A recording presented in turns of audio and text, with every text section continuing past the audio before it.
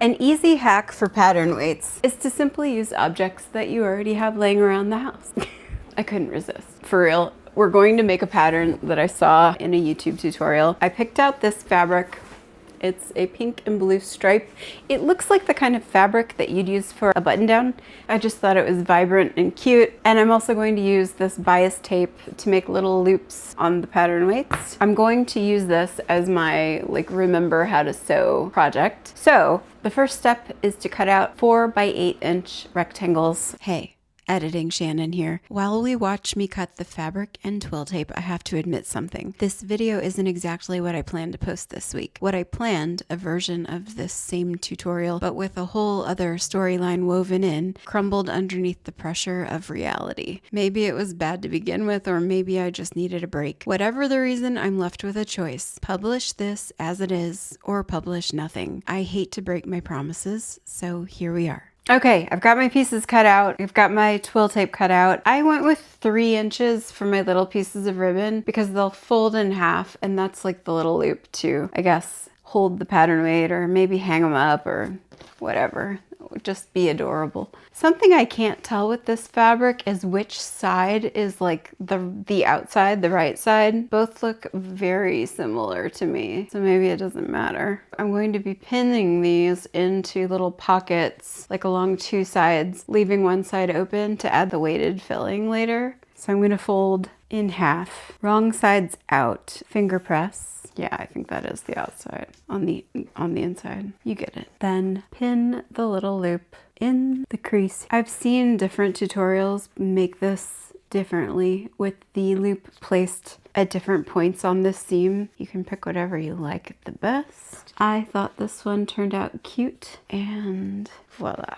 While I pin and sew these rectangles together, I want to share one of my favorite creative pep talks, a popular quote by Ira Glass, the host of NPR's This American Life. It's about creative work, and wow, did I appreciate it this week. The quote is about the gap between an artist's vision and their ability. Here's part of it. Quote, "All of us who do creative work, we get into it because we have good taste. But there's this gap. For the first couple of years you make stuff, it's just not that good. It's trying to be good, it has potential, but it's not. But your taste, the thing that got you into the game, is still killer. And your taste is why your work disappoints you. A lot of people never get past this phase.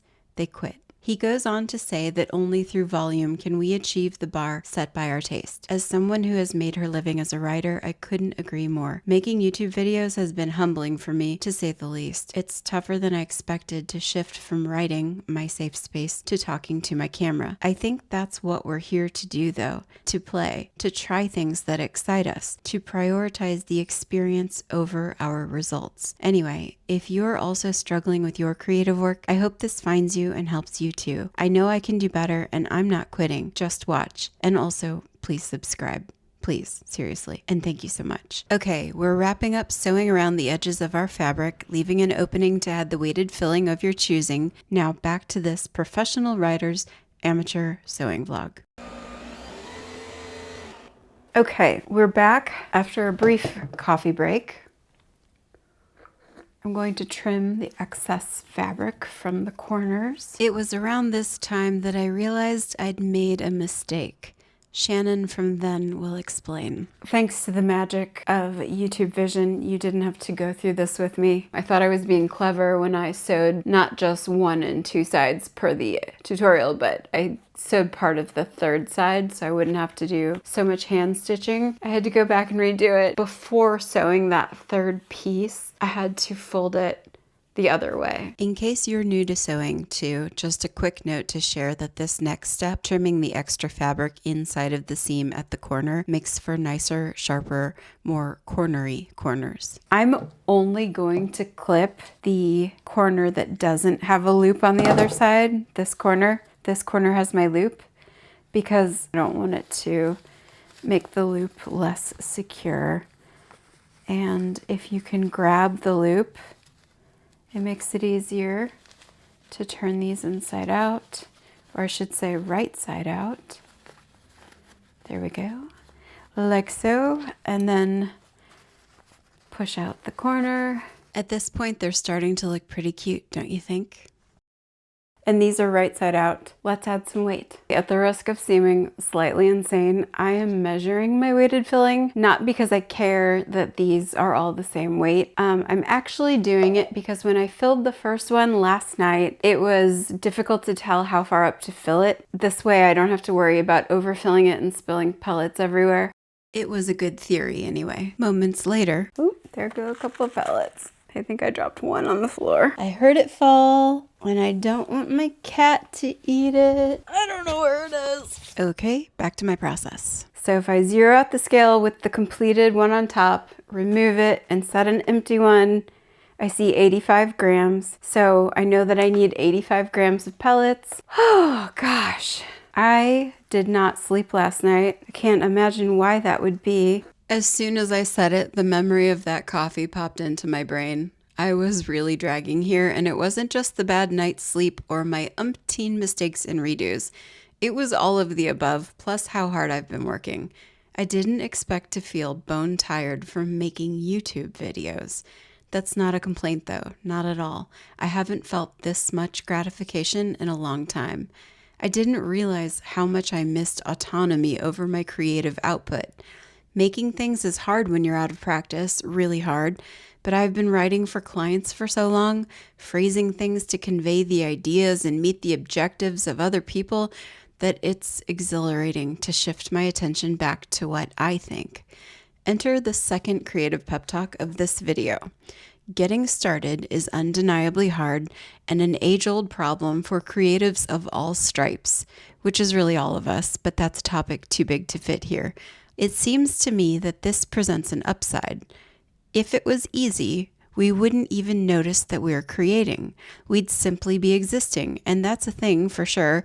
Think of a funny friend who says hilarious things off the cuff.